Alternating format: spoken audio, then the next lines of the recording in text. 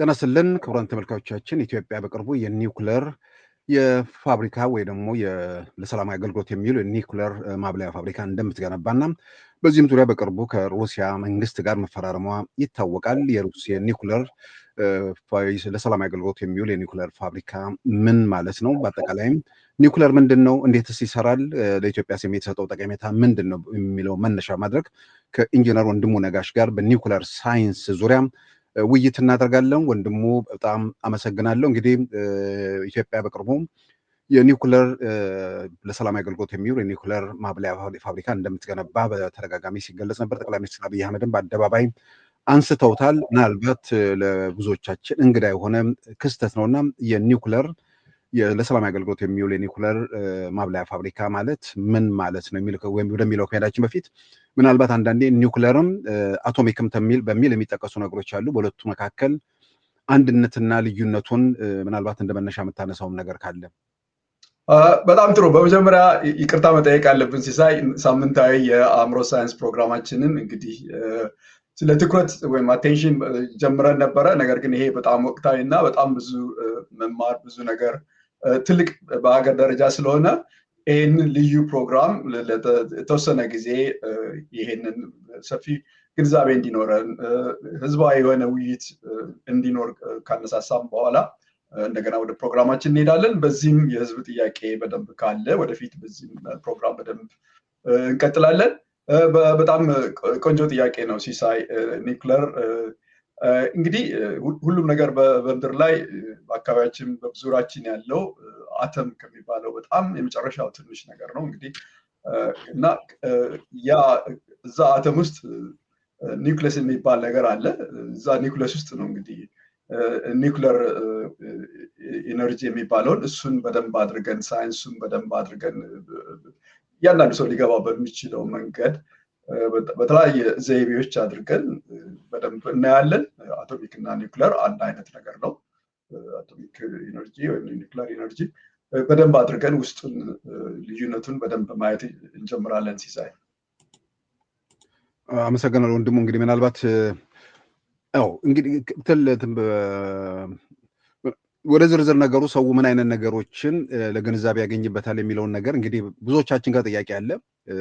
እስካሁን በልምድ የምናውቀው ኒውክለር የሚባል ነገር ሲነሳ በአብዛኛው ከአጥፊ ከአውዳሚ የጦር መሳሪያዎች ጋር፣ በሌላም በኩል ደግሞ ይህንን የታጠቁ ሀገራት ራሳቸውን ከሌላው ጋር በማነጻጸር የተሻለ ቁመና ላይ ወይ ደግሞ ተፈሪነትን የሚጨምር ነገር መሆኑ በአንድ በኩል የሚነሳበት ነው። በሌላ በኩል ደግሞ ኒውክለር ምንድነው ኃይል ሲባል በአብዛኛው የምናውቀው ከውሃ ጋር የተያዘ የሃይድሮ ኤሌክትሪክ ፓወር ፕላንቶችን ነው የሚታወቁት።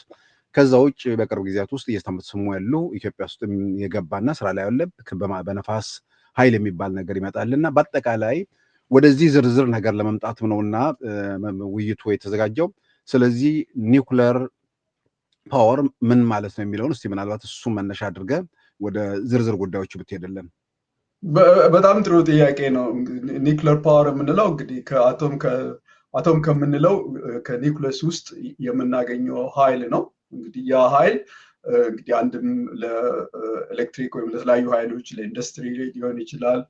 አቶሚክ ቦምብም መሆን ይችላል። አቶሚክ ቦምብ ለመሆን እና በኒውክለር ሪአክተር እንትኑ አንድ አይነት ነው። ኒውክለር ፊዥን የሚባል ነገር አለ። እንግዲህ ኒውክለር አቶም ውስጥ እንገባና አቶም በውስጡ ኒውክለስ የሚባል ነገር አለ። አቶም ምናልባት በኋላ በደንብ እናየዋለን። ከአቶሙ ዙሪያ የሚዞሩ ኤሌክትሮኖች አሉ። በመሃል ፕሮቶን እና ኒውትሮን የሚባል ነገር አለ። እዚህ ፕሮቶን እና ኒውትሮን መሃል ላይ ለምሳሌ ፕላኔትን እንውሰድ፣ ሶላር ሲስተም እንውሰድ። ፀሐይ አለች።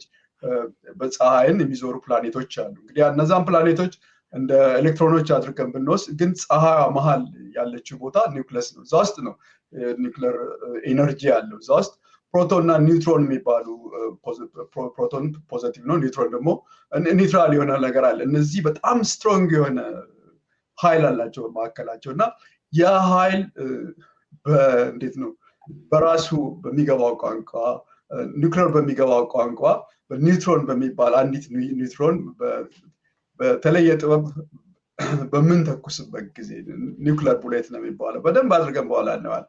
ያን በምንተኩስበት ጊዜ ለምሳሌ ዩራኒየም 235 የሚባል አለ። እሱ ነው እንግዲህ በዚህ በኒውክለር ለቦምቡም ሆነ ለዚህ ለኃይልም የሚጠቅመን። ያን በምናደርግበት ጊዜ ይከፋፍለዋል ለሁለት በሚከፋፍለው ጊዜ ከዛ በኋላ ከሁለት በኋላ እንደገና ደግሞ 3 4 5 እያለ ቼን ሪአክሽን እየፈጠረ ይሄዳል። ያ ነው እንግዲህ ኒውክሊር ኤነርጂ የምንለው። እንግዲህ ያን ቼን ሪአክሽን በዚህ ሪአክተር በሚባል ነገር ኮንትሮል ስናደርገው ይሄ ለኢነርጂ ለምሳሌ እንደ ተርባይንን አሁን እንግዲህ ኢትዮጵያ ውስጥ ግድብ ገንብተን ውሃ ገድበን ያ ሁሉ ነገር ያደረግነው አት ኤንድ ኦፍ ዘ ዴይ ተርባይን ለማሽከርከር ነው። ነገር ግን ይሄ ከኒውክሊር ደግሞ ከአቶም የምናገኘው ኃይል ደግሞ ከዛ በጣም ብዙ ጊዜ የሚበልጥ ነው።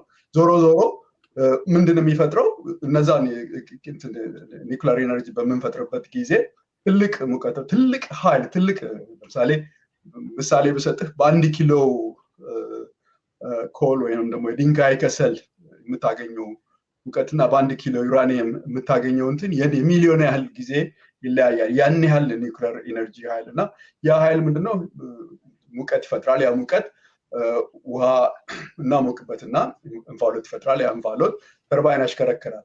ይሄ እንግዲህ ለሰላማዊ መንገድ በምናገነብበት ጊዜ ሪአክተር በሚባልበት ጊዜ ኮንትሮልድ በሆነ መንገድ ነው። ነገር ግን ኮንትሮል በማናደርገው ጊዜ እንዳልኩ ቼን ሪአክሽን ልክ እንደ ዶሚኖ ነው። አንድ ጊዜ በዚህ ቡሌት በምንለው ነገር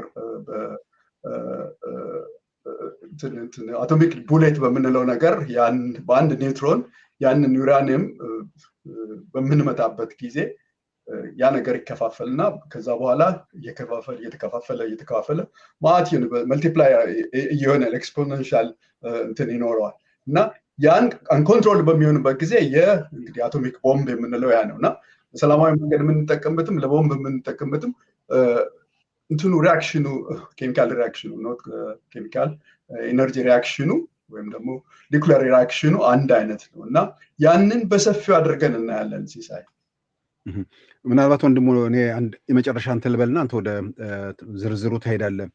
እንግዲህ የሃይድሮ ኤሌክትሪክ ፓወር ፕላንት ሲገነንት ሲል መነሻ የሚያደርገው ወይ ደግሞ ኃይል የሚያመነጨው ውሃን መሰረት አድርገው ነው እና የኒውክሊርስ ፓወርን ዩራኒየም የሚል ነገር አንስታልና ምንትኑ ኃይል የሚያመነጨው ከዩራኒየም ነው።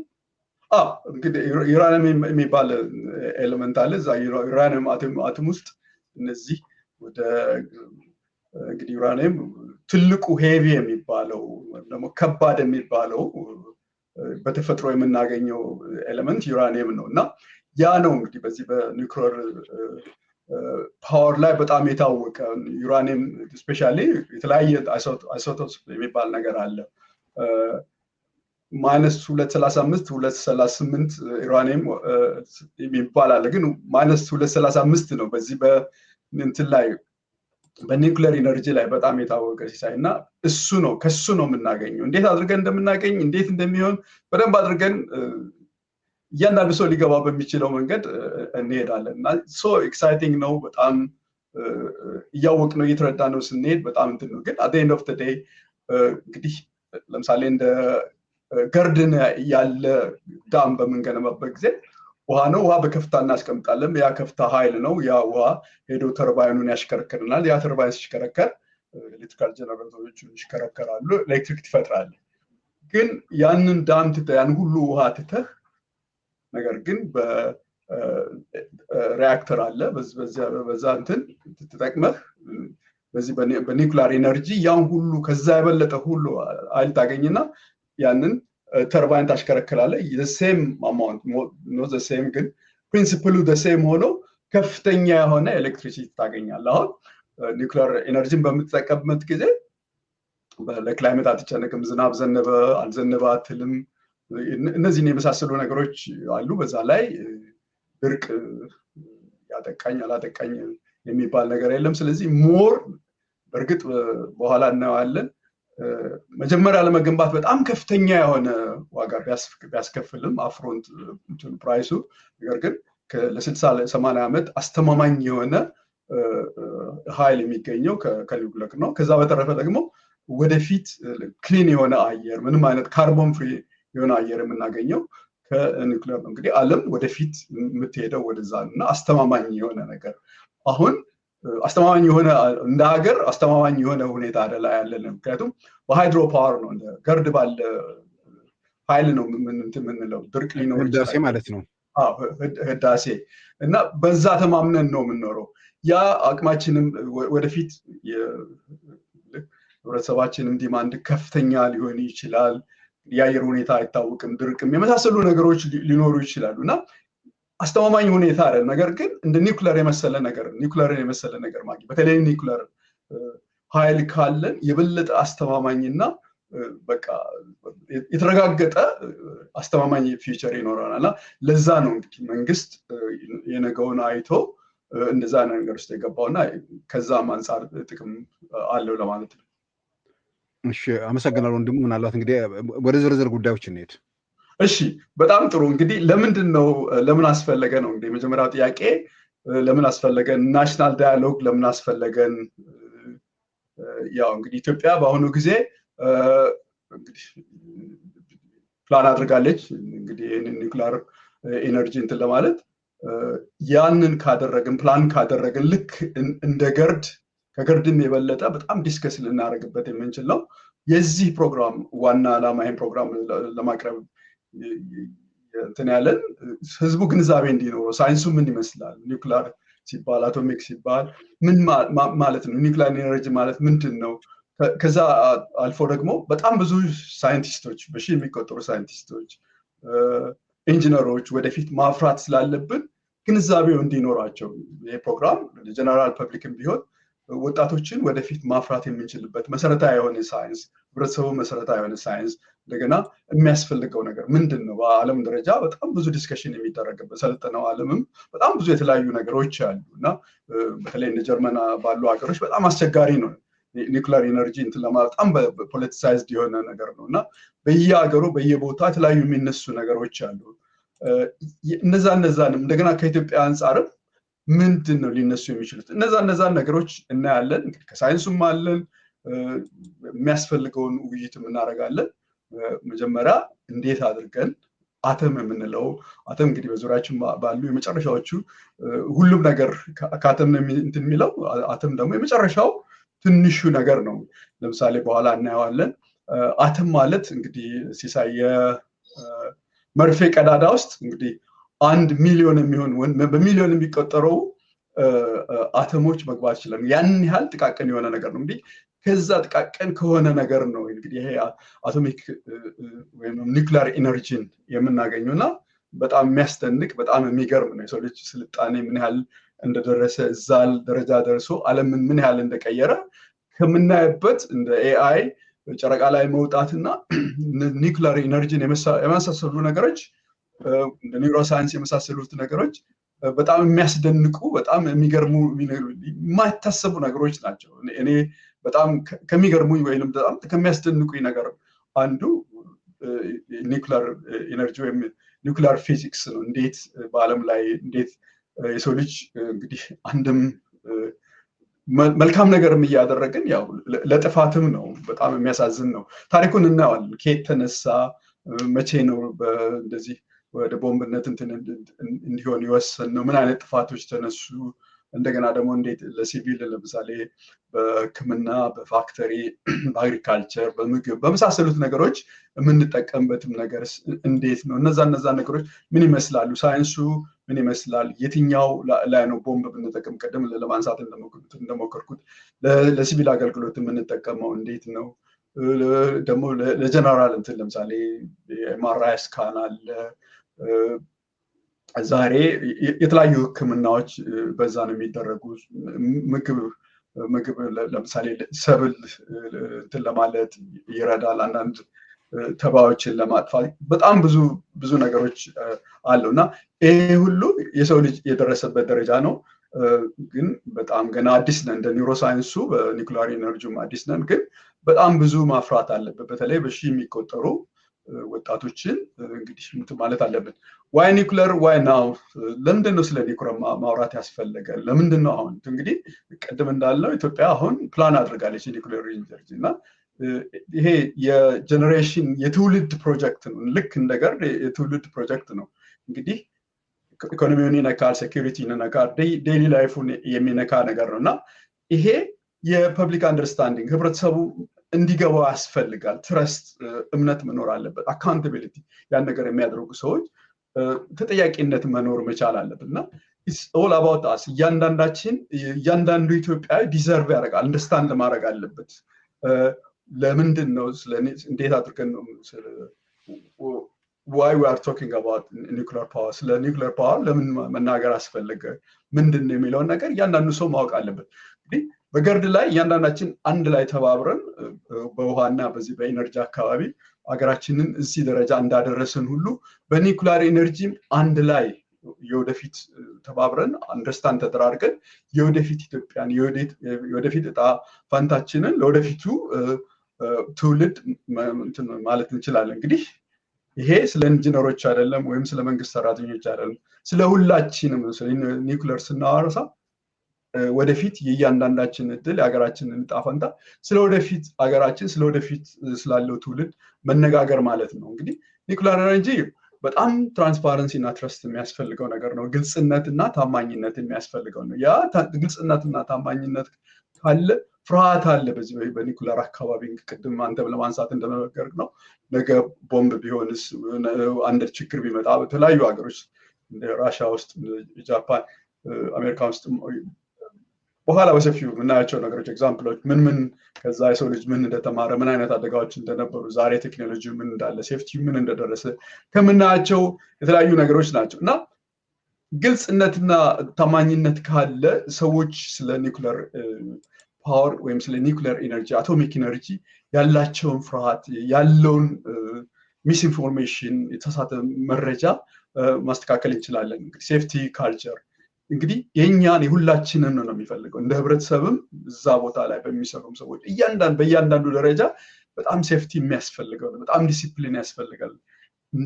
እንደ ሀገር እንደ ህብረተሰብ ሼርድ የሆነ ሪስፖንሲቢሊቲ ያለን ያን ነገር በምንሰራበት ጊዜ ቀላል ነገር አይደለም። እንደ ገርድ ራሱ የሆነ ኃላፊነትና የራሱ የሆነ ሴፍቲ እንዳለ ሁሉ ከዛ የበለጠ ደግሞ ይሄኛው ብዙ በጣም ብዙ ነገሮች አሉ። ምክንያቱም ትንሽ ስህተት በጣም ብዙ ነገር ሊያጠፋ ይችላል። ቤኔፊቱም ሪስኩንም በደንብ ፐብሊክ መረዳት መቻል አለበት። ያ ማለት ምንድነው? የበለጠ ሰው አንደርስታንድ አድርገው ወደፊት በጋራ አንድ ላይ ማድረግ እንችላለን ማለት ነው። ኒውክሊየር ኤነርጂ በጣም ፓወርፉል ነው። በጣም ሴንሲቲቭ ነገር ነው። ዲስከሽን ከሌለ ፍርሃት በቀላሉ በህብረተሰቡ ዘንድ ሊኖር ይችላል። በሌላው ዓለም እንዳየ ነው። አሁንም ቢሆን በውጭም ዓለም እንኳን እስካሁን ድረስ ብዙ ጥርጣሬዎች እና ብዙ እንትኖች አሉ። ነገር ግን በጊዜው ቴክኖሎጂ በመሄዱ ሰው ህብረተሰቡ በደንብ በተቻለ መጠን አንደርስታንድ እያደረገ በሄደ ቁጥር እንግዲህ ያ አንደርስታንዲንግ ሲጨምር ትረስት ቢልድ ያደርጋል ወይም ደግሞ መተማመን ይጨምራል እና ሴፍቲ ካልቸር ኖት ኦንሊ ፎር ሳይንቲስትስ ለሳይንቲስቶቹ ብቻ እዛ ቦታ ለሚሰሩ ሳይሆን ናሽናል ማይንድሴት መኖር አለበት። በዛ አካባቢ በኒውክሊየር ኤነርጂ አካባቢ የሁላችንም ኃላፊነት ነው ሴፍቲ ደህንነት ሲባል እና ኢትስ ናሽናል ማይንድሴት መሆን አለበት።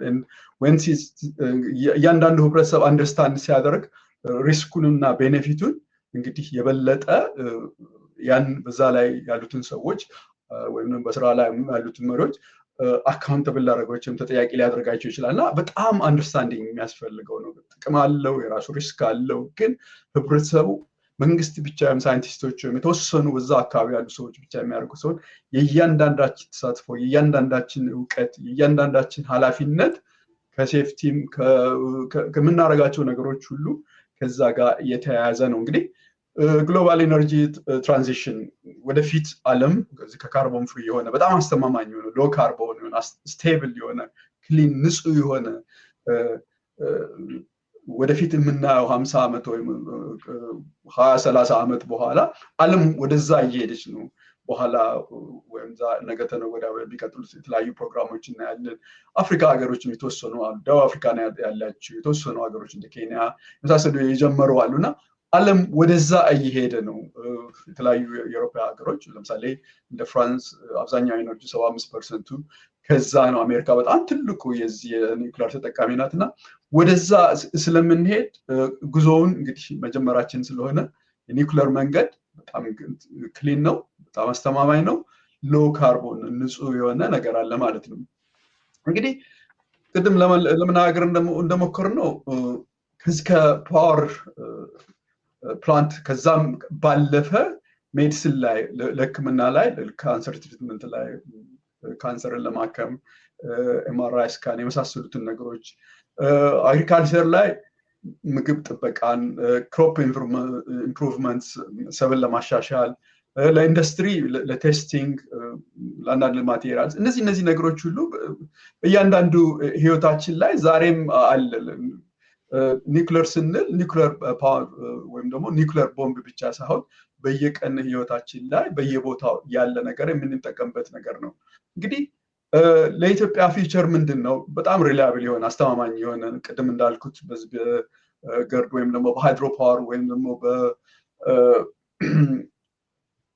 በተለያዩ እንደ ንፋስ በመሳሰሉት ነገሮች በሶላር ብቻ መተማመን አንችልም። ክላይሜት ሪሊያንስ ያለን በአየር ላይ ወይም ደግሞ በተፈጥሮ ላይ ተመክተን ያለ ነው። ያ ወደፊት አስተማማኝ አይደለም። ከዛ አለፈ ደግሞ ብዙ ኒውክሌር ፓወር ላይ እንትን በምንልበት ጊዜ በሺህ የሚቆጠሩ ሳይንቲስቶች በሺህ የሚቆጠሩ ኢንጂነሮችን እናፈራለን ማለት ነው። እና በአጠቃላይ እንግዲህ በዚህ በምንኖርበት አካል ኒውክለር ኖሌጅ is ፓወር ነው የሚባለው። በጣም የኒውክለር አንደርስታንዲንግ መኖር እውቀት መኖር ወይ ባለሙያ መኖር ማለት ትልቅ ፓወር አለን ማለት ነው። እና እንግዲህ ክሊን የሆነ ሪላያብል የሆነ ኤነርጂ ይሰጠናል፣ ንጹህ የሆነ አስተማማኝ የሆነ ኤነርጂ ይሰጠናል። እንደገና ህይወትን ሴቭ ያደርጋል። ሆስፒታል ውስጥ ለሕክምና በደንብ ልንጠቀምበት እንችላለን። ገበሬዎችን ይረዳል፣ ፋብሪካዎችን ኢንዱስትሪዎችን ያጠናክራል። እንግዲህ ሌላው ለኢትዮጵያ ደግሞ ወደፊት ብዙ በዚህ በኤነርጂ ኢንዲፔንደንት ራሷን እንድትችል ያደርጋታል። እና ከዛ በተረፈ ብዙ ወጣቶችን ብዙ ሳይንቲስቶችን ኢንስፓየር ማድረግ ይቻላል። አንዱም የዚህ ፕሮግራም ዋና ዓላማ ሳይንሱ ላይ ትንሽ ወደፊት እንገባለን። ይሄ ፕሮግራም ምናልባት 4-5 ፕሮግራም በተከታታይ ይኖረዋል። በዛ ላይ ወጣቶችም የበለጠ ምናልባት በራሳቸው ቋንቋ ስለ ኒውክለር ፓወር፣ ስለ ኒውክለር ኢነርጂ፣ ስለ ኒውክለር ፊዚክስ በእነዚህ አይነት ፕሮግራም ሲነገራቸው የበለጠ ብዙ እንግዲህ ወደፊት እንደዛም ሊያስቡ ይችላሉ። ስለዚህ ያንን ታሳቢ በማድረግ ከዓለምም አንጻር ኒውክለር ኢነርጂ የት እንዳለ ከኢትዮጵያስ አንጻር ለኢትዮጵያ ወደፊት ምን ይጠቅማል፣ እንደ ህብረተሰብ ምን ማድረግ አለብን፣ ቻሌንጆቹ ምንድን ናቸው? ያው እንደ አምቢሽን ወደፊት ማደግ እንፈልጋለን። በጣም ሞደርን መሆን እንፈልጋለን። በኢንዱስትሪ በጣም ያደገች ሀገር ነው የምንፈልገው። ነገር ግን ያለው ከረንት ሪያሊቲ ሄቭሊ በዚህ በሃይድሮ ፓወር ላይ ነው በጣም ተመክተን ያለ ነው። በዛ ላይ ደግሞ እንግዲህ እሱ ላይ ቅድም እንዳልኩት በተፈጥሮ ነው። አንድ ነገር ሊሆን ይችላል፣ ድርቅ ሊመጣ ይችላል፣ ዝናብ ላይኖር ይችላል። ያ ውሃ ከሌለ ምንም አይነት ነገር ስለሌለ ችግር ውስጥ እንገባለን። ስለዚህ ነገን አርቆ ማሰብ አስፈላጊ ስለሆነ ኒውክለር ኢነርጂ በጣም በጣም አስፈላጊ ነገር ነው። እንግዲህ ትልቅ ዲማንድ አለብን። እንደ ህብረተሰብ 120 ምናምን ሚሊዮን ነን። ከ15 ዓመት በኋላ የት እንደምንደርስ አናውቅም። እንግዲህ ኒውክሌር ፓወር በዚህ በ10 እስከ 15 ዓመት ይፈጃል ኒውክሌር ፓወር ፕላንት ለማለት። ነገር ግን በዛ ጊዜ ውስጥ ያን ያህል ማድረግ ከቻል ኢትዮጵያ አስተማማኝ የሆነ የራሷ የሆነ ኃይል ነፃ የሆነ ኃይል ልክ በገርድ እንደኮራ ነው። የገርድን እንግዲህ ምናልባት በመቶ ሺህ እና በሚሊዮን ጊዜ የበለጠ ልንኩራራ ሊገባን ይችላል ማለት ነው። አስተማማኝ በቀላሉ በየቦታው ማቴሪያሉን ልናገኝና በጣም ሰስቴናብል የሆነ ኢነርጂ ነው። እንግዲህ እዚህ ጋር ምናልባት በደንብ ላይታይ ይችላል። የመጀመሪያው ላይ ለምሳሌ በአንድ ስኩዌር ማይል ላይ የዚህ የኒውክለር ሪአክተር ያለበት ፕላንት ነው። ለአንድ እንግዲህ አንድ ስኩዌር ማይል ነው። ነገር ግን ዊንድ ተርባይን ቢሆን ያን ያህል ኃይል ለማግኘት ወደ 360 ጊዜ ያህል እጥፍ ወደ 360 ስኩዌር ማይል ያህል ቦታ እንፈልጋለን። እንደገና ደግሞ ሌላው ሶላር እንትን ብንጠቀም ወደ 75 ጊዜ ያህል እጥፍ ቦታ እንፈልጋለን። ስለዚህ ኒውክለር ፓወር ቦታም በጣም በትንሽ ቦታ በትንሽ እንትን ልንጠቀም እንችላለን። እንግዲህ እስካሁን ተናገረው ለማጠቃለል ኤነርጂ እና ኤነርጂ ሶቨርኒቲ ሴኩሪቲ እነዚህ ነገሮች ያስፈልጉናል። በጣም ፓወርፉል የሆነ ነገር ነው። 4 ሰዓት ፓወር ማግኘት እንችላለን። ኢንዲፔንደንት ዌዘር ኦር ፊውል ኢምፖርትስ ምንም አይነት በዌዘር ላይ እንትን የምንለው ነገር የለም። ነዳጅ ከአረብ ሀገር መጣ አልመጣ የምንለው ነገር እነዚህ ነገሮችን በደንብ እንትን ማለት እንችላለን። የራሳችንን እንደ ሀገር የወደፊት ናሽናል ኢነርጂ ደስቲናችንን መወሰን እንችላለን። እንግዲህ ለኢኮኖሚክ ትራንስፎርሜሽን ያስፈልገናል። ኢንዱስትሪ አትራክት ያደርጋል፣ ኢንቨስትመንት ክሬኤትስ ጆብ። ይሄ መኖሩ አንድ ትልቅ ልንግነ እንዲህ አወር ፉል ፖቴንሻል ኢንዱስትሪ ፖቴንሻላችንን ወደፊት እንትን ለማድረግ ግድ የኒውክሌር ፓወር ያስፈልጋል። እንግዲህ ሲሳይ እኔ እንደ አንድ ዜጋ ለራሴ ያስፈልጋል ብዬ ነው እንትን የምለው። በዚህ ምክንያት አያስፈልግም። ለውይይት ክፍት ማድረግ አለብን። እንደ ለዋላይ ክፍት እናደርጋለን። በዚህ በቪዲዮ ስር አስተያየት መስጠት ይችላሉ፣ ጥያቄዎች መጠየቅ ይችላሉ።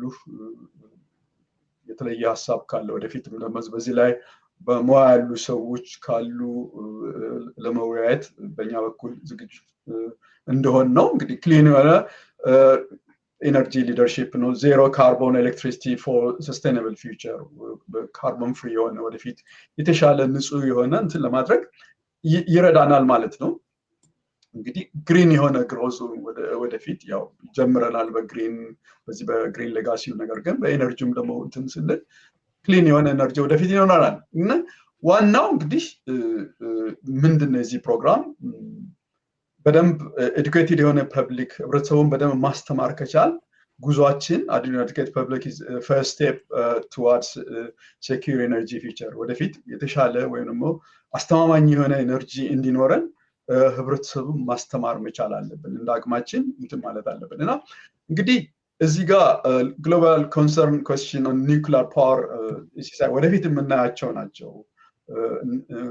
መጀመሪያው በግሎባል ደረጃ በኒውክሊየር ፓወር አካባቢ ያሉትን ጥያቄዎች ነው የምንለው።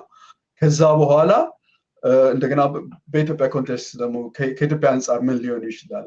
ይሄ የኛ ነው፣ በእኛ በኩል የቀረበ ነው። ሌሎች ሰዎች መጨመር በዚህ ዲስከስ ማድረግ አለብን ካሉ አሁንም ቢሆን ቪዲዮ ኮሜንቱ ላይ መጨመር ይችላሉ። ክፍት ነው። ምክንያቱም ይሄ ፐብሊክ እንትን እኛ ብንጀምረውም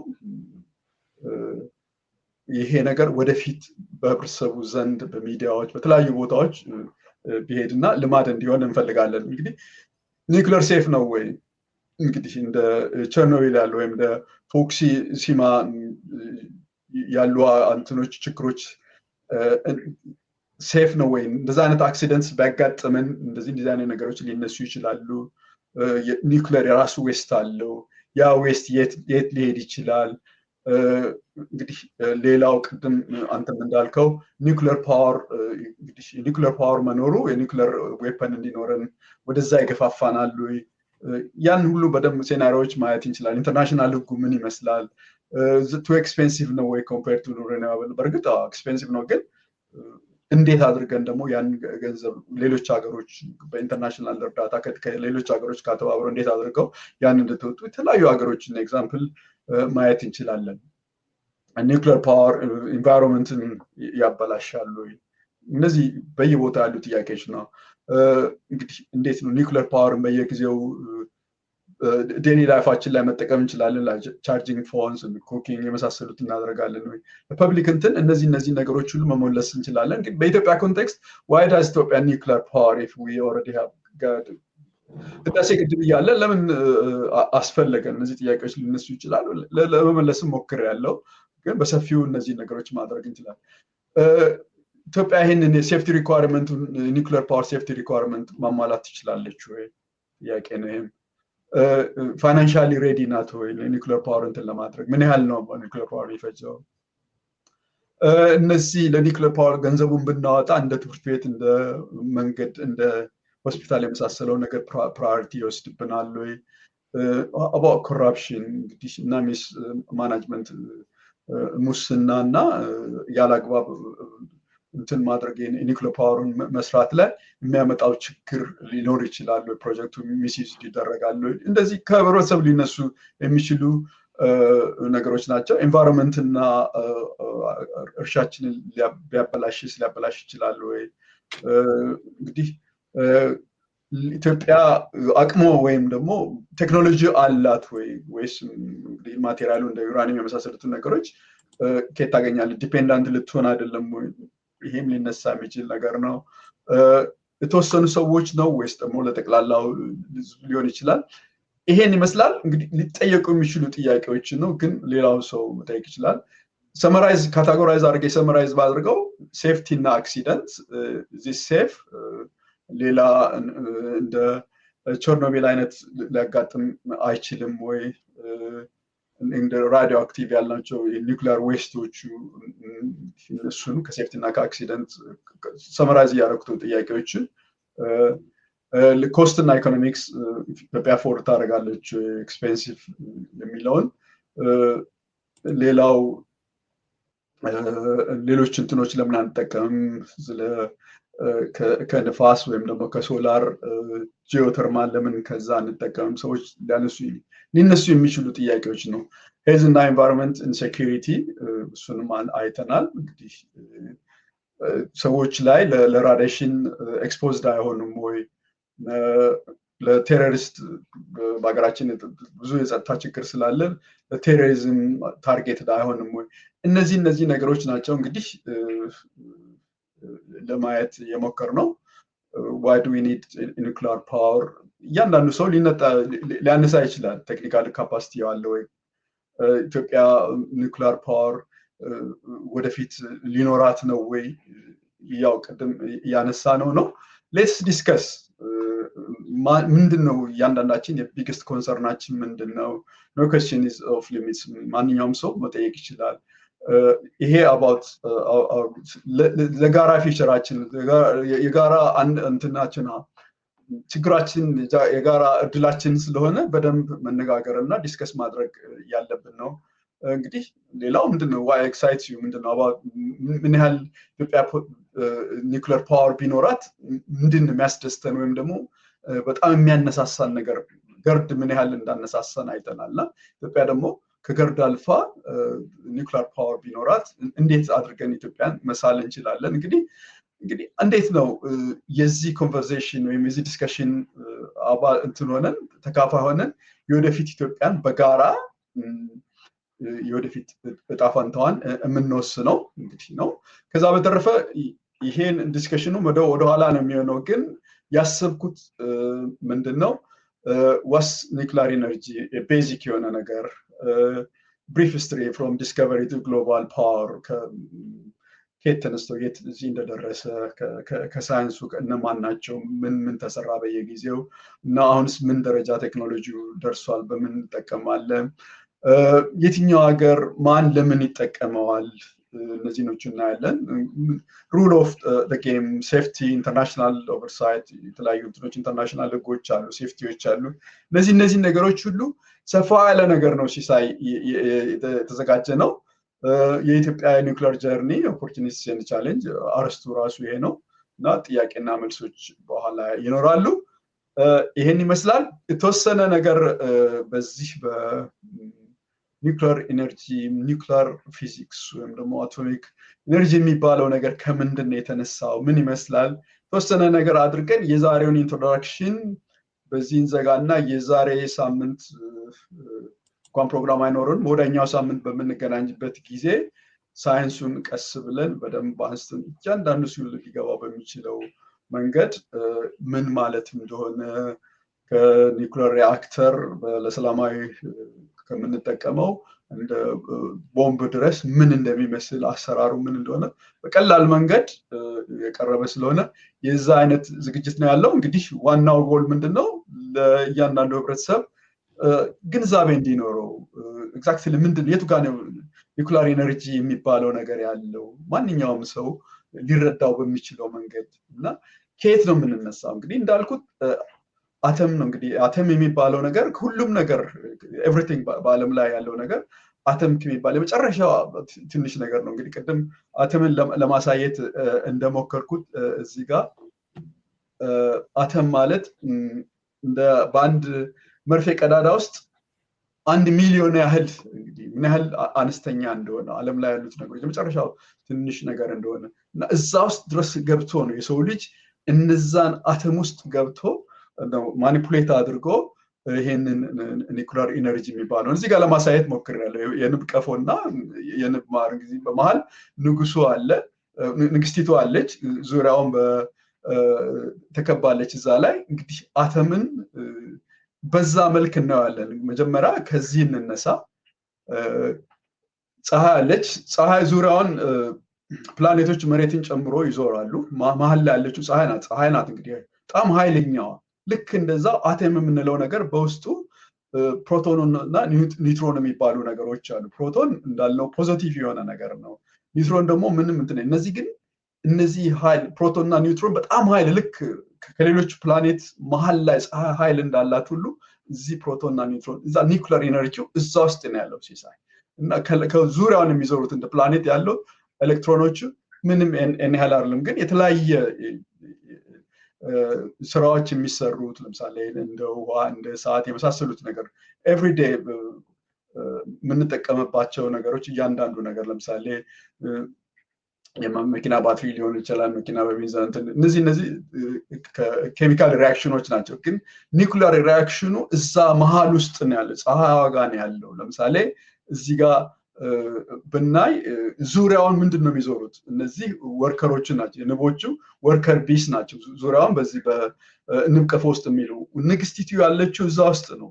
ንግስቲቱ ኃይል ያለው እዛ ውስጥ ማሮ ሁሉ ነገር ያለው ያቺ መሀል ንግስቲቱ በምትነካበት ጊዜ ያው ከፍተኛ የሆነ ነገር የሚፈጠረው የዛን ጊዜ ነው። ትልቅ ረብሻ ትልቅ ነገር የሚፈጠረው እና ልክ እንደዛው እዚህ በዚህ መሀል ባለው ኒውትሮን እና ፕሮቶን ኒውክለስ በሚባለው ያንን ነገር በአንድ ኒውትሮን በአንዲት ኒውትሮን በምንላት ማለት ኒውትሮን ማለት ኒውትራል የሆነ ነገር ምንም አይነት ቻርጅ የሌለው፣ ፕሮቶን በመሃል ካለው ፖዚቲቭ የሆነ ነገር ነው። ኒውትሮን ግን ምንም ቻርጅ የሌለው ነው እና ለምሳሌ ዩራኒየም ላይ በአንድ ቡሌት ልክ እንዳንድ ጥይት ሌላ በአንድ ኒውትሮን በምንመታበት ጊዜ ያንን አፍርሶ 2-3 ያደርገዋል። የዛን ጊዜ በዛ እነዚህ እዛ አይነት እንትን ክፍል በሚፈጠርበት ጊዜ ብሬክ በሚያደርጉበት ጊዜ በጣም ትልቅ ኃይል ያለው ሙቀት ይፈጠራል። ያን ሙቀት ተጠቅመን ነው በሪአክተር ያን ሙቀት ተጠቅመን ነው እንግዲህ ያን ሙቀት ውሃ እናሞቃለን፣ እንፋሎት አድርገን ተርባይን እናደርጋለን።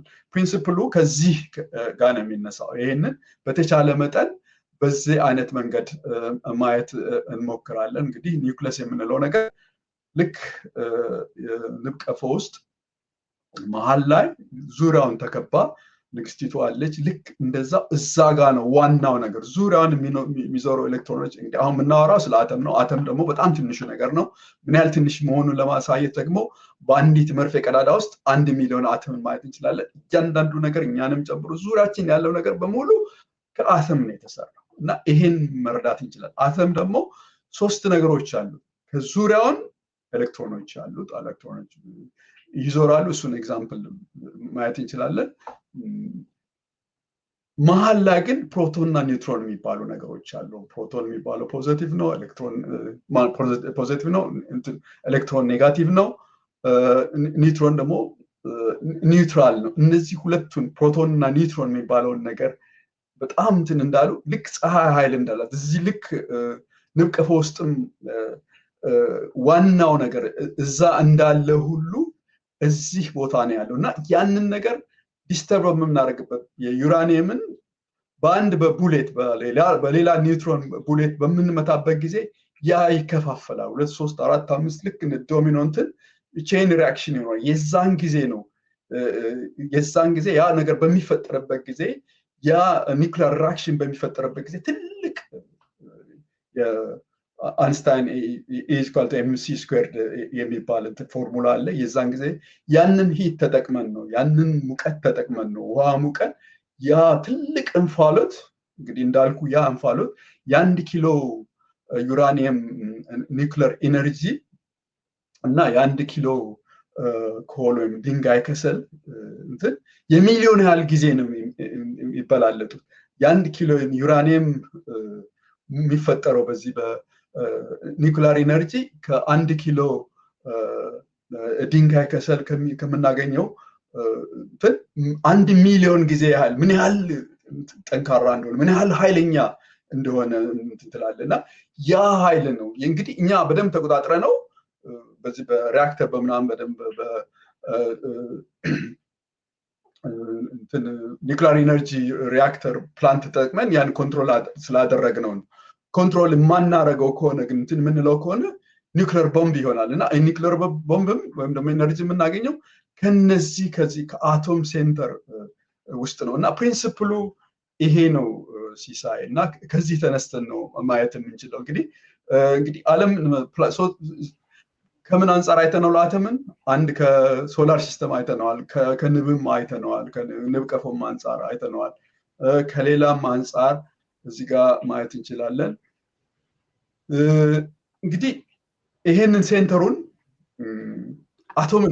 አቶምን ስትራክቸር ሲሳይ እንግዲህ እንዳልኩ 1 ሚሊዮን አቶሞች በአንዲት መርፌ ቀዳዳ ውስጥ ይገባሉ ነገር ግን ከዛ ውስጥ ደግሞ ሴንተሩ የኒውክለሱን ምንለው ይሄ አቶሚክ ኢነርጂ አቶሚክ ፓወር ያለበት ቦታን እንደ አንድ ውጤያችን ብንቆጥር ጠቅላላ አቶሙን እንደ አንድ ቤት ብንቆጥር ያችን ያህል በጣም ትንሽ ነው ነገር ግን ትልቁ ኃይል ትልቁ የዚህ የአቶም ክብደት ያለው እዛ ጋር ነው በመሃል በዚህ በኤሌክትሮኖችና በዚህ በኒውክለስ ባለው ቦታ ላይ ትልቅ ጋፕ ነው ያለውና ትንሽ ፊዚክሱ ሊከብድ ይችላል ነገር ግን እንደዛ አድርገን ማየት መቻል አለበት ኤሌክትሮኖች ዙሪያውን ነው የሚሽከረከሩት ፕሮቶንና ኒውትሮኖች በመሃል ያሉት ይሄ ኒውክሊየር ኤነርጂ የምናገኝበት ቦታ እዛ ጋር ነው ያለው በተለያየ መልክ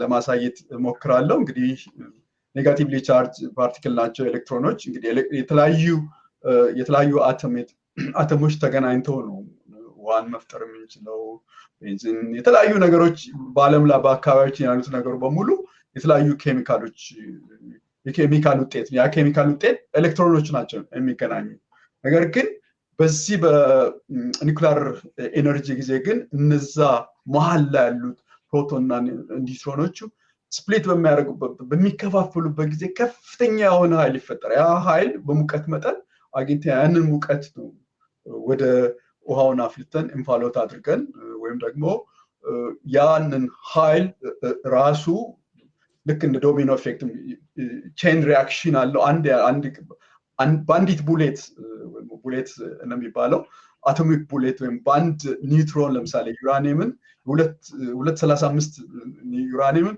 ስትጨምርበት 236 ይሆናል ያ 236 አንስቴብል ሆኖ ይከፋፈላል ከዛ በኋላ 2 3 4 በቃ ኤክስፖኔንሻሊ ያ ነገር ይሄድና ፈንጂ ይሆናል በቃ ደንበኛ ቦምብ ይሆናልና ኃይል ያለው እዚች አቶም ውስጥ ነው ምናልባት እንግዲህ ኪ ፖይንቱ እዚህ ላይ ምንድነው ኤሌክትሮኖች ኦርቢት ያደርጋሉ በመሃል ያለው ቦታ ኤምፕቲ ነው እንግዲህ ዋናው ሴንተሩ እዚህ ኒውክለስ የምንለው ነው ኒውክሊየር ኢነርጂ የመጣው ከዚህ ነው አቶሚክ ኢነርጂ ኒውክሊየር ኢነርጂ በሴም ነው እንግዲህ ኒውክለስ የምንለው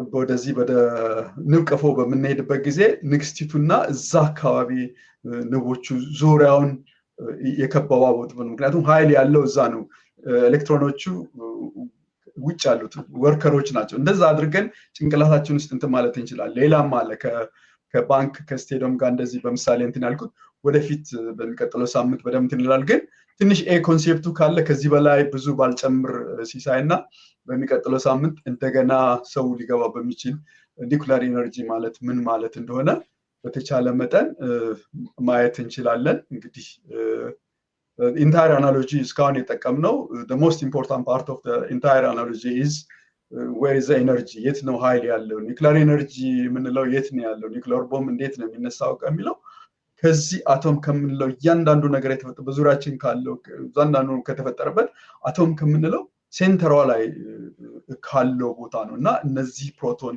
እና ኒውትሮን የሚባሉ በጣም ስትሮንግ የሆነ ፎርስ አላቸው እነሱን ዲስተርብ በመናረግበት ጊዜ የዛን ጊዜ እነሱ ሲከፋፈሉ 2 3 4 ከዛም በላይ ይሆኑ በሚሄዱበት ጊዜ በመሃል ትልቅ ሙቀት ይፈጠራል። ያም ሙቀት ነው እንግዲህ ቀይረን ወደ ኢነርጂ የምናደርገው ማለት ነው። በዚህ አይነት መልክ ማየት ይቻላል። አዶ ነው ምን ያህል ግልጽ እንደሆነ ለተመልካቾቻችን አላቅም። ሲሳይ ለምሳሌ እነዚህን ኤሌክትሮኖችን ተጠቅመን እንደ እሳት ማንደድን የመሳሰሉት ነገሮች የተለያየ ቤንዚንን ወደ እንትን መቀየር ይችላል። H2O ለምሳሌ ሃይድሮጅንና ኦክሲጅንን አድርገን ውሃ እንደዚህ እንፈጥራለን። የተለያዩ ነገሮች ፔፐር፣ ውድ፣ ወተር፣ ስቲል፣ ብረታ እነዚህ ነገሮች እንግዲህ በኬሚካል ሪአክሽን ተጠቅመን ነው እነዚህን ሁሉ የምናደርጋቸው። ነገር ግን ወደዚህ ወደ ኒውክሊየር ኢነርጂ በምንሄድበት ጊዜ ጠቅላላ መሀል ያለው ነገር ተከፍሎ ሌላ ዓለም ውስጥ ነው ያለ ነው። በዛ አይነት መንገድ ማየት እንችላለን። ግልጽ ከሆነ አላቅም ሲሳይ። አይ በዝርዝር ነው የሄድክበት። ምናልባት እንዲህ አይነት ነገሮች ደግሞ የበለጠ በሙያው ላይ አተኩረው ለመማር ለማወቅ ለሚፈልጉ ልጆች የበለጠ ትልቅ ግንዛቤ የሚሰጥ ነገር ነው። ተከታዩንም አጠቃላይ ምንድን ነው እንዴት ይሰራል ምንድን ነው የሚለውን ነገር በተለይ ከዛ አንጻር ሙያው ላይ የበለጠ ግንዛቤ ለማግኘት ለሚፈልጉ ትልቅ ማብራሪያ ነው። ምናልባትም አሁን አብዛኛው ሰው ደግሞ የዚህ የኒውክለር ፓወር ፕላንት ወይ ደግሞ የኒውክለር ኢነርጂ ኢትዮጵያ ውስጥ ይገነባል የሚል ነገር ሲመጣም በአንድ በኩል ያው ኒውክለር የሚባል ነገር ሲኖር ጥፋት ሰው አእምሮ ውስጥ ያለው እሱም ኢትዮጵያ ታጠቀች ቢባል ኢትዮጵያ የሚከፋው አይመስለኝም። ምክንያቱም ራስን ለመከላከል የሚደረግ ነገር ነውና ያም ቢሆን ብዙ የሚያስገርም ነገር አይደለም። ያው በተለያየ መንገድ የሰላማዊ መንገድ ብለው ጀምረው እንደነ ህንድ እንደነ ፓኪስታን ብዙ ጊዜ የሚጠቀሱ ሀገራት አሉ። መጨረሻ ላይ ወደ ኒውክለር ፓወር የኒውክሌር ዌፐን ቀይረውታል። ስለዚህ ኢትዮጵያ ወደዛ ብትሄድ ኢትዮጵያውያን የሚከፉ አይመስለኝም። ሌላው ዓለም አቀፉ ማህበረሰብ አሁን ባለንበት ሁኔታ ውስጥ እንዲህ አይነቱን ነገር እንዴት ይመለከታል የሚል ነገር ውስጥ ልንገባ እንችላለን። ግን አጠቃላይ የኒውክለር ፓወር ፕላንት ኢትዮጵያ ውስጥ ይገነባል የሚለው ነገር ሲመጣ ቅድም ያነሳው ነገር አለ። አንደኛ አስተማማኝነቱ፣ ታላቁ የህዳሴ ግድብ ትልቁ የውሃ ወይ ደግሞ ሃይድሮ ኤሌክትሪክ ፓወር ማመንጫ ነው። ውሃው በድርቅ በምናምን መጠኑ ሊቀንስ ምናምን የሚችልበት ሁኔታ እንዳለ አንስተሃል። ነገር ግን ደግሞ የአባይ ወንዝ ያለማቋረጥ እየፈሰሰ ያለ ነው። ግን የመቀነስ የምናምን ነገር አይኖርም ብለን በእርግጠኝነት ልናገር አንችልም። ግን በአንጻሩ ያለው አሁን የኒውክለር ፓወርን ለመገንባት ዩራኒየም ያስፈልጋል ተብሏል እና ዩራኒየሙ ሶርሱ እንግዲህ ምንድን ነው? የግብአቱ የግድቦቹ ወይ ደግሞ ሃይድሮ ኤሌክትሪክ ፓወር ማመንጫዎቹ ውሃ ነው፣ ወንዞቹ ናቸው። ለኒውክለር ፓወሩ ደግሞ ዩራኒየም ነው። በውሃውና በዩራኒየሙ መካከል የትኛው ነው ሞር አክሰሰብል ለኢትዮጵያ የበለጠ የሚገኘው ብዬ ነው። ዩራኒየም ለምሳሌ በካዛክስታን፣ አውስትራሊያ እና ካናዳ በጣም የታወቁ ናቸው። በጣም አባንደንት የሆነ ነገር ይህን ያህል ኤክስፔንሲቭ የሆነ ነገር አይደለም፣ ብዙ እንትን አይደለም።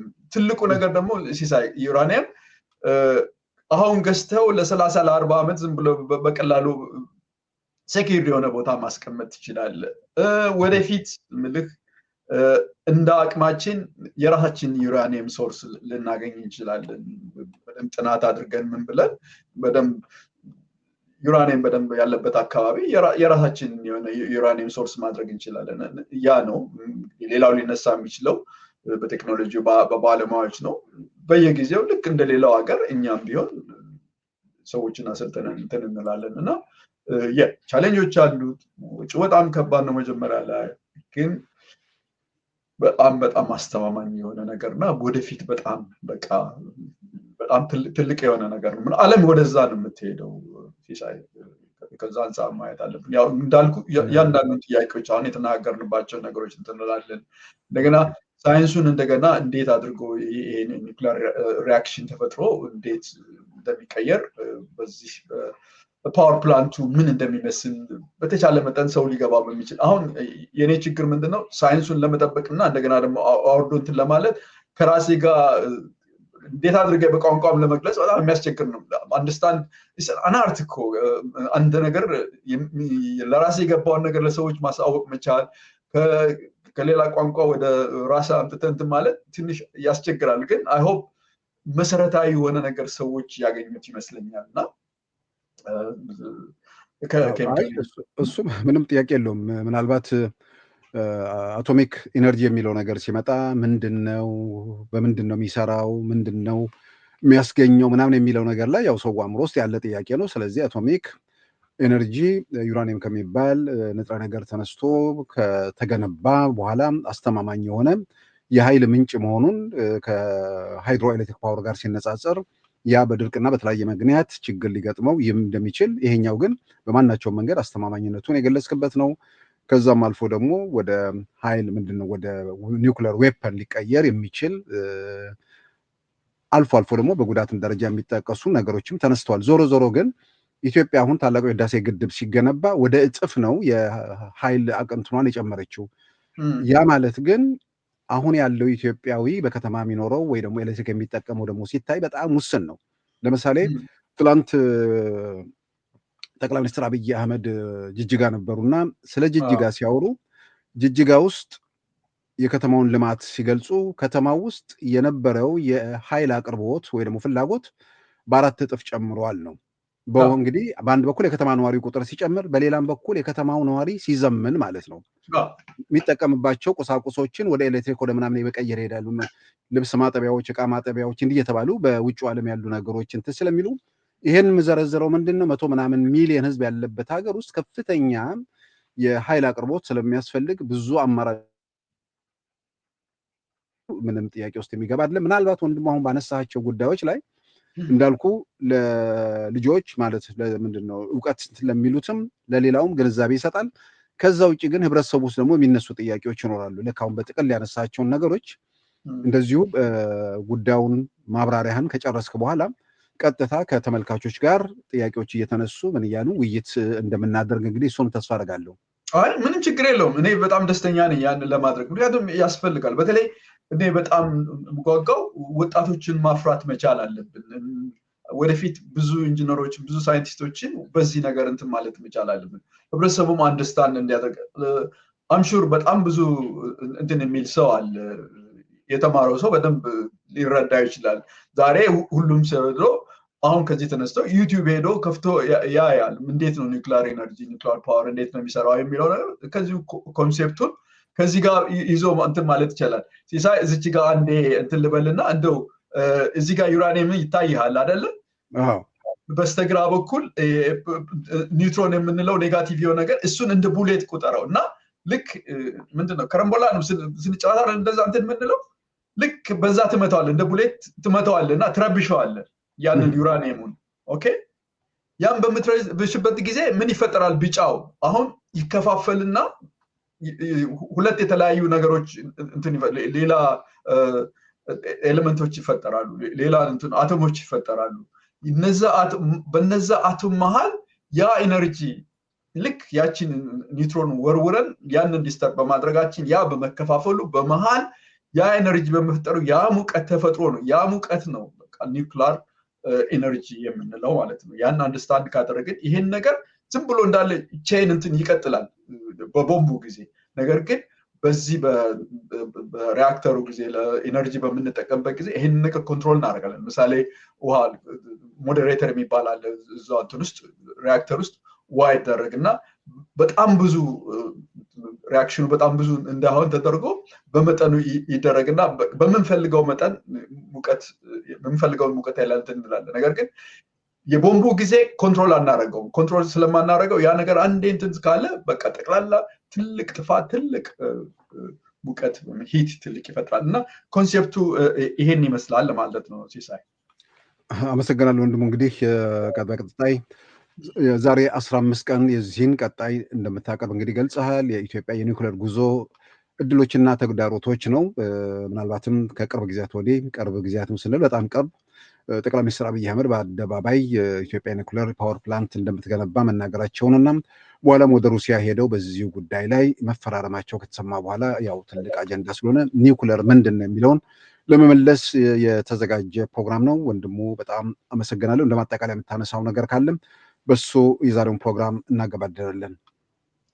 እኔ ማጠቃለያ የምለው እንደ እያንዳንዱ ዜጋ መረዳት ማወቅ መቻል አለብን። ትምህርት፣ እውቀት በጣም ያስፈልገናል። ዩቲዩብ ከፍተን ወይም ደግሞ የተለያየ ነገር ከፍተን ዝም ብሎም ብቻ ብሬኪንግ ኒውስ ወይም ደግሞ ከሌ እንዲሆነ ከማለት እውቀትም ምን እንደሚያስፈልገንም መረዳት መቻል አለ። በተለይ ለወጣቶች መማር ማወቅ መቻል አለባቸው። ብዙ ወጣቶች ብዙ ኢንጂነሮች ወደፊት በብዙ ሺህ የሚቆጠሩ መሐንዲሶች እና ሳይንቲስቶች ስለምንፈልግ በዚህ በኒውክለር ፊዚክስም ብዙ ሰዎች እንደምናገኝ ተስፋ ስለማድረግ ትኩረት ወደዛም እንዲያደርጉ እፈልጋለሁ። ከዛ በተረፈ ግን እንደ ሀገር እንደ ህብረተሰብ ዲስከስ የምናደርግበትን ነገር የተለያዩ ነገሮች ይኖራሉ። አሁን ቅዳሜ ዕለት የኢትዮጵያ ጉዳይ በሚል እንትን አለ የቴሌግራም ቻናል፣ እዛ ላይ ይሄ ራሱ ዲስከሽን አለ። እዛ ላይ በደንብ ዲስከስ እናደርጋለን። በሉዓላዊም በደንብ ቅዳሜና እሑድ ይነገራል ብዬ እገምታለሁ። ሲሳይ ይሄንንም ራሱን ዩቲዩብ ላይ የሉዓላዊ ዩቲዩብ ላይ በደንብ ተከታትለው ሰዎች አስተያየት ጥያቄ ካላቸው ወደፊት መጠየቅ የሚፈልጉት ነገር ካለ በደንብ ሰፋ አድርገን ፐብሊክ እንትኑን እኛ እንደ ሉዓላዊ መጀመር እንችላለን። ይሄ ነው የኔ ይሳይ።